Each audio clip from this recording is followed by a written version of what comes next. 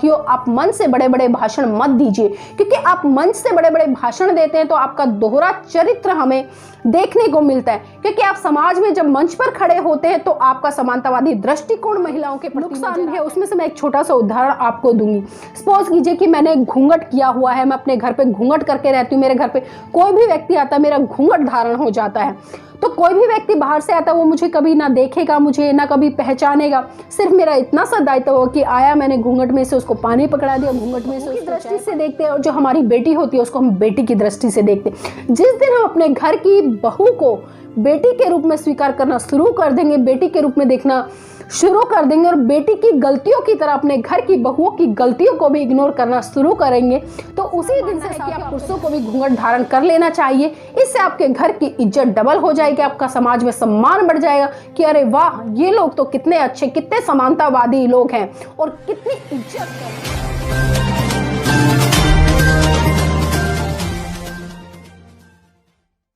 जय भीम, नमो बुद्धाय।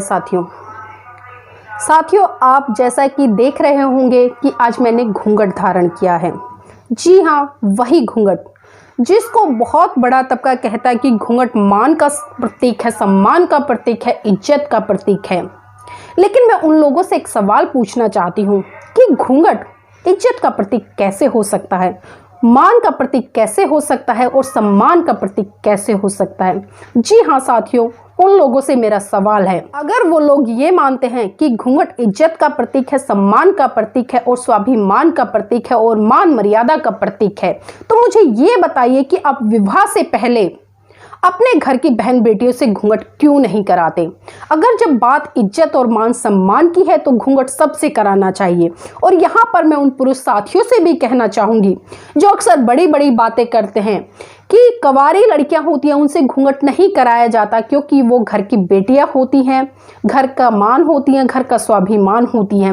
वहीं जब वो बोलते हैं कि जब शादी हो जाती है तो वो लड़की अपने ससुराल चली जाती है और ससुराल में उसके बहुत सारे रिश्ते नाते बदल जाते हैं। वहाँ पर उसके जेठ होते हैं, ससुर होते हैं और रिश्ते में और भी बहुत बड़े लोग होते हैं, जिससे कि उनको घूंघट धारण करना पड़ता है। क्योंकि अगर कोई विवाहित महिला घूंघट धारण नहीं करती है तो उसको समाज में हीन दृष्टि से देखा जाता है और उस पर तरह तरह की उंगलियां उठाई जाती हैं। तो साथियों, उन सभी साथियों को मैं बताना चाहूंगी कि जो घूंघट है वो मेरी दृष्टि से ना तो मान का प्रतीक है, ना ही सम्मान का प्रतीक है और ना ही किसी आदर का प्रतीक है और ना ही किसी इज्जत का प्रतीक है। जी हाँ साथियों, मैंने अक्सर पहले भी कई बार ऐसे मुद्दों पर चर्चा की है, ऐसे मुद्दों को उठाया है, क्योंकि जब इज्जत की बात आती है और जो लोग अपने घर की महिलाओं से घूंघट धारण कराते हैं तो उनसे मैं एक सवाल जरूर पूछना चाहूंगी कि आज जब हम 21वीं सदी में जी रहे हैं और जब हमारे पास में बाबा साहब के द्वारा लिखित संविधान है और उस संविधान में पहला ही अधिकार हमें समानता का दिया गया है और हम अपने आप को अम्बेडकरवादी कहते हैं, बाबा साहब के अनुयायी कहते हैं, तो क्या बाबा साहब ने आपको अपने घर की महिलाओं को इस रूढ़िवादी जो परंपरा है, जो घूंघट है, उसमें रहने के लिए बोला? बाबा साहब ने तो शायद कभी नहीं बोला। बाबा साहब ने हमेशा महिलाओं के हक अधिकारों की बात की हो, चाहे वो किसी भी धर्म की हो, किसी भी जाति की हो, किसी भी क्षेत्र की हो। उन्होंने हमेशा महिलाओं को समानता का अधिकार दिया और उनको पुरुषों के साथ कंधे से कंधा मिलाकर आगे बढ़ने का अधिकार दिया। और अधिकार ही नहीं बल्कि इस देश को आगे बढ़ाने में उनकी भागीदारी सुनिश्चित करने में उनको राजनीतिक तौर पे, आर्थिक रूप से, धार्मिक रूप से हर तरह से बाबा साहब ने सक्षम किया। लेकिन आज भी इस देश में बहुत सारे लोग ऐसे हैं जो इन रूढ़िवादी परंपराओं का त्याग नहीं कर पा रहे, जो आज भी इस घूंघट जैसी प्रथा को मान सम्मान और स्वाभिमान से जोड़कर देखते हैं। तो मैं उन सभी साथियों से ये कहना चाहूंगी कि साथियों, अगर आप बाबा साहब के अनुयायी हैं या बाबा साहब का सम्मान करते हैं या अपने महान पुरुषों की विचारधारा को आगे बढ़ाने का काम करते हैं तो अपने घर की महिलाओं से घूंघट कराना बंद कीजिए। अगर आप अपने घर की महिलाओं से घूंघट नहीं बंद करा सकते तो साथियों, आप मंच मंच से बड़े बड़े भाषण मत दीजिए, क्योंकि आप मंच से बड़े बड़े भाषण देते हैं तो आपका दोहरा चरित्र हमें देखने को मिलता है। क्योंकि आप समाज में जब मंच पर खड़े होते हैं तो आपका समानतावादी दृष्टिकोण महिलाओं के प्रति नजर आता है कि भाषणों में महिलाएं आगे बढ़े, घर से बाहर निकल कर आए और पुरुषों के साथ में कंधे से कंधा मिलाकर चले। आपके भाषणों में इस तरह के कुछ हमें वाक्य सुनाई देते हैं। लेकिन जब वहीं आप अपने घर में जाते हैं, अपने परंपराओं, जो कि आपकी परंपराएं हैं, जो कि गलत परंपराएं हैं बहुत सारी, आप उनका निर्वहन करते हैं और अपने घर की जो बहू है उससे आप घूंघट धारण कराते हैं। अब एक बात बताइए मुझे कि आप जब समानता की बातें करते हैं और समानता को आप लागू करने का काम करते हैं, अगर आप समानता करते हैं और आप अपने घर की जो बहू है उसका घूंघट नहीं उघड़वा सकते और जब समानता की बात करते हैं, तो साथियों मैं आपसे कहना चाहूंगी कि जिस तरह से एक विवाहित लड़की अपने ससुराल में घूंघट करती है, अपने ससुराल में घूंघट करके रहती है, वो अपना मुंह जरा सा भी नहीं खोलती, तो उसी तरह से जब आप अपनी ससुराल जाए, मैं यहाँ पर पुरुष पक्ष से कह रही हूं, जब आप अपनी ससुराल जाए तो आप भी घूंघट धारण कर जाए, क्योंकि समानता तो तभी स्थापित होगी। समानता सिर्फ साथियों ऐसे स्थापित नहीं होगी कि आपने मंचों से बोल दिया या बड़े बड़े नारों से आपने उद्बोधन कर दिया। समानता स्थापित होगी जब आप अपने घर की बहू के साथ में घूंघट धारण करके उसके मायके जाएं, या तो फिर आप उसका घूंघट छुड़वा दीजिए या फिर आप घूंघट धारण करना शुरू कर दीजिए। और आज भी हम देख रहे हैं कि बहुत सारे लोग जो रिश्तों से जोड़कर इसको संबोधन करते हैं कि ससुर है, जेठ है और भी बड़े बड़े लोग हैं, इसलिए हम घर की महिलाओं को घूंघट धारण कराते हैं कि और ये मान सम्मान और इज्जत का प्रतीक है।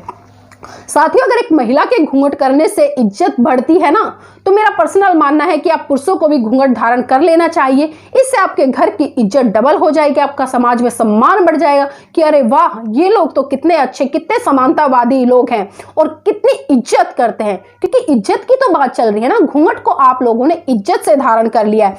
आपके घर परिवार की जो बहुएं हैं वो इतना लंबा घूंघट धारण कर ले और उस घूंघट में से आपको बहुत अच्छी अच्छी गालियां दे, तो क्या वो सम्मान होगा? मेरी दृष्टि से तो बिल्कुल नहीं होगा।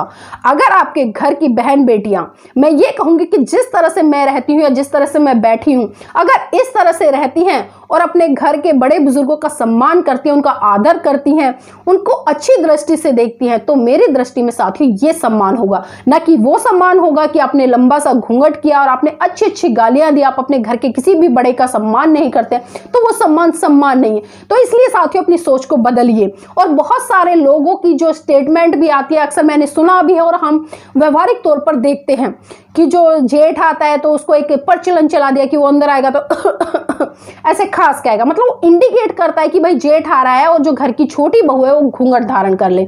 ससुर आता है, उसका भी कुछ इंडिकेशन ऐसे ही होता है। अब मुझे एक बात बताइए कि शादी के बाद आखिर होता क्या है?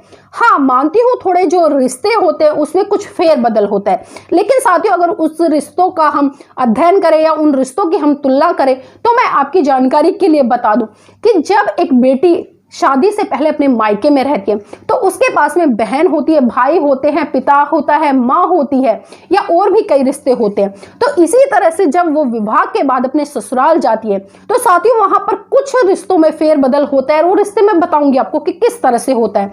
देखिए, अगर आप अपने बड़े भाई को ससुराल में छोड़कर जा रही हैं, और मानने वाली बात और सम्मान की बात है, तो आपको ससुराल में अगर आपका जेठ है तो वो आपको बड़े भाई के रूप में मिलेगा अगर आप सम्मान करते हैं तो।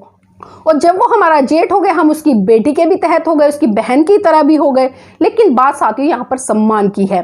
जब आप मायके में अपने छोटे भाई को छोड़ के जाती है तो आपको वहां पर भाई के रूप में एक छोटा देवर मिलता है। जब आप अपनी बहन को छोड़कर जाती है तो ननंद मिलती है। जब आप अपनी माँ को छोड़कर जाते हैं तो आपको ससुराल में सास के रूप में एक माँ मिलती है। जब आप अपने पिता को मायके में छोड़ के जाते हैं तो आपको ससुर के रूप में पिता मिलता है। अब मुझे ये बताइए कि सिर्फ नाम के रिश्ते चेंज हुए हैं, लेकिन पिता पिता होता है। वो ससुर है लेकिन रिश्ते में आपका पिता है। आपका जेठ है, रिश्ते में जेठ है, लेकिन अगर आप उसको देखो तो वो आपके बड़े भाई के बराबर है।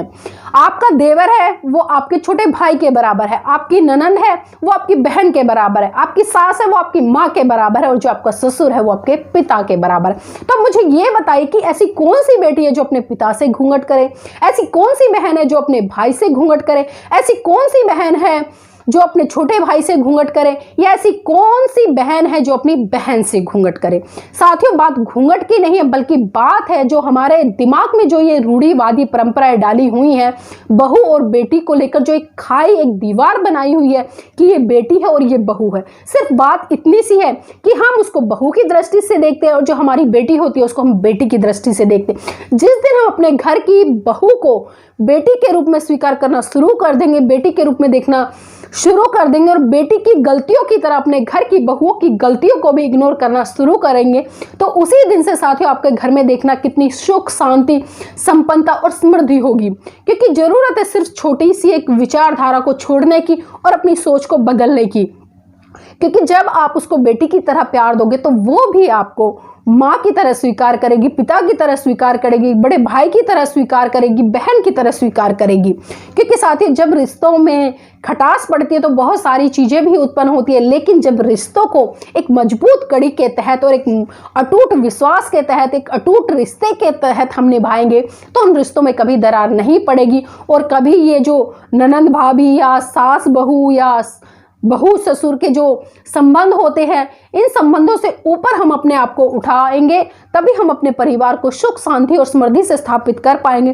तो इसलिए यहाँ पर मैं सभी पढ़े लिखे और सभी देश के वासियों से उम्मीद करना चाहूँगी साथियों, क्योंकि जो ये घूंघट है, इस घूंघट प्रथा का त्याग करें। क्योंकि जो घूंघट है ना, मैं आपको बता दूं, इसके बहुत सारे नुकसान भी हैं। जो लोग इसको मान, पद, प्रतिष्ठा या सम्मान से जोड़कर देखते हैं, इसके बहुत सारे नुकसान भी है। उसमें से मैं एक छोटा सा उदाहरण आपको दूंगी।